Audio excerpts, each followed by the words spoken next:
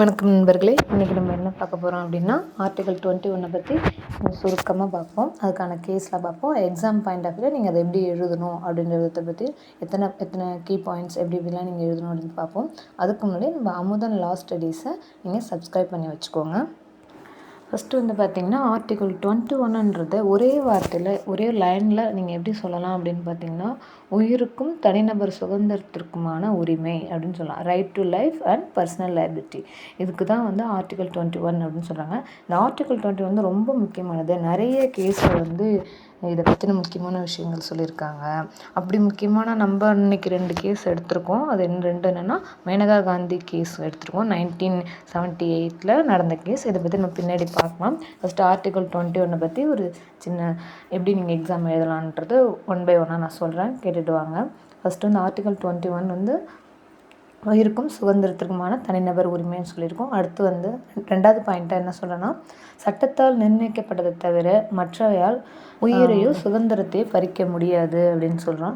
Government நம்ம என்ன சொல்லியிருக்கோம், கவர்மெண்ட் நினச்சா கூட சட்டத்தை மீறி நம்ம உயிரையோ இல்லை சுதந்திரத்தையோ பறிக்க முடியாது, காரணம் இல்லாமல் நம்மளை வந்து கைது செய்ய முடியாது, துன்புறுத்த முடியாது அப்படின்றது செகண்ட் பாயிண்ட்டு. தேர்ட் பாயிண்ட் பார்த்திங்கன்னா, வாழும் உரிமை மட்டும் இல்லாமல் ஒரு மனிதனுக்கு மரியாதையும் அவசியம், மரியாதையை வாழற உரிமையும் அவனுக்கு இருக்குது அப்படின்னு சொல்லியிருக்காங்க.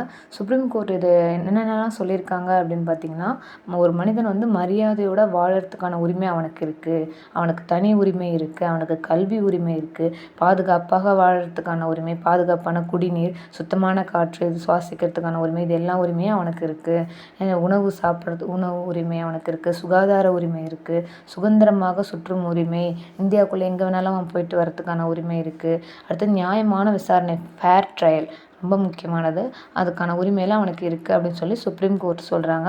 இதனால் ஆர்டிகல் 21 இவ்வளோ முக்கியமாக பேசப்படுது அப்படின்னு பார்த்திங்கன்னா, ஆர்டிகல் 21 வந்து அடிப்படை உரிமைகளில் ரொம்ப முக்கியமானது. அதை வந்து எளிதாக யாராலையும் மாற்ற முடியாது. ஒவ்வொரு குடிமகனையும் அரசோட சமூகத்திலிருந்து பாதுகாக்கிறது. அரசு வந்து ஒவ்வொரு குடிமகனையுமே வந்து சமூகத்திலேருந்து பாதுகாக்கணும், அந்த கடமை அரசுக்கு இருக்குது. அரசு நினைச்சாலும் ஒரு குடிமகனை வந்து தண்டிக்க முடியாது, நியாயமான விசாரணை அவனுக்கு இருக்கணும் அப்படின்றது சொல்கிறாங்க. அடுத்து வந்து இந்தியாவில் பார்த்திங்கன்னா அதிகமாக ரெஃபர் பண்ணுற ஆர்டிக்கலில் இதுவும் ஒரு முக்கியமான ஆர்டிக்கல்.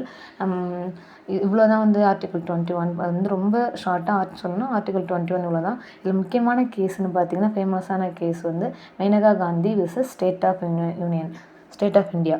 இந்த கேஸ் வந்து ரொம்ப முக்கியமான கேஸ்ன்னு சொல்லலாம். வரலாற்றையே திருப்பி பார்க்க வச்ச ஒரு கேஸாகவும் இந்த கேஸ் பார்த்தாங்க. 1978 வந்த கேஸ் இது. 1977 என்ன பண்ணாங்க அப்படின்னு பார்த்தீங்கன்னா, கவர்மெண்ட் வந்து எந்த ரீசனுமே சொல்லாமல் மேனகா காந்தியோட பாஸ்போர்ட்டை வந்து பேன் பண்ணுறாங்க, பறிமுதல் பண்ணுறாங்க. அவங்க வந்து எந்த காரணமே சொல்லலை. இதுக்கு வந்து அவங்க சைடில் தரப்புலேருந்து காரணம் கேட்கும்போது அரசு வந்து அது குறிப்பிடலை, சொல்ல மறுத்துருச்சு.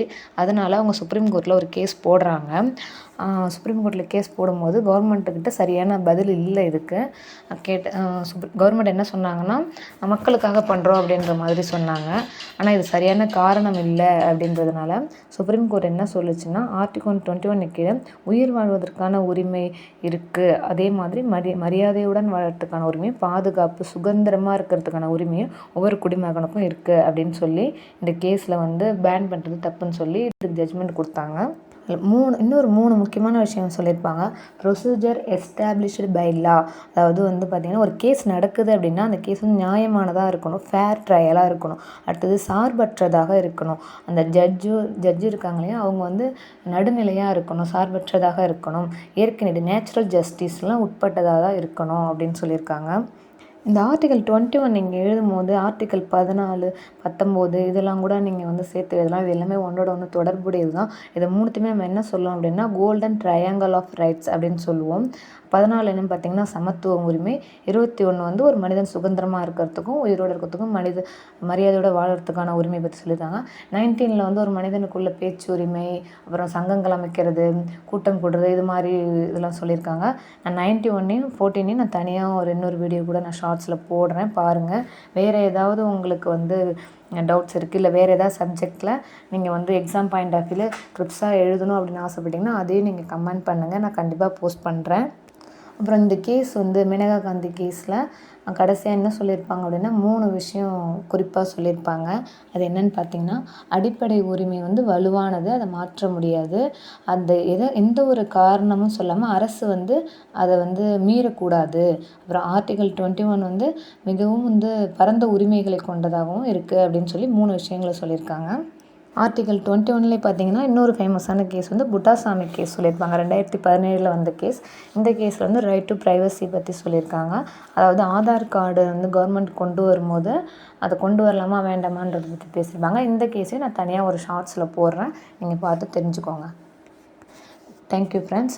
இதுக்கப்புறம் உங்களுக்கு ஆர்டிகல் 21ல் வேறு ஏதாவது டவுட் இருந்தாலோ இல்லை வேறு ஏதாவது சப்ஜெக்டில் உங்களுக்கு வேறு எந்த கொஸ்டின் வந்து எங்களுக்கு இந்த கொஸ்டின் தெரியலன்னு சொல்லி இது பண்ணாலும் நீங்கள் கமெண்ட்டில் சொல்லுங்கள். நான் வந்து அந்த கொஸ்டினுக்கான ஆன்சரை உங்களுக்கு வந்து எப்படி எளிமையாக எழுதுறது அப்படின்ற மாதிரி உங்களுக்கு நான் போஸ்ட் பண்ணுறேன். தேங்க்யூ.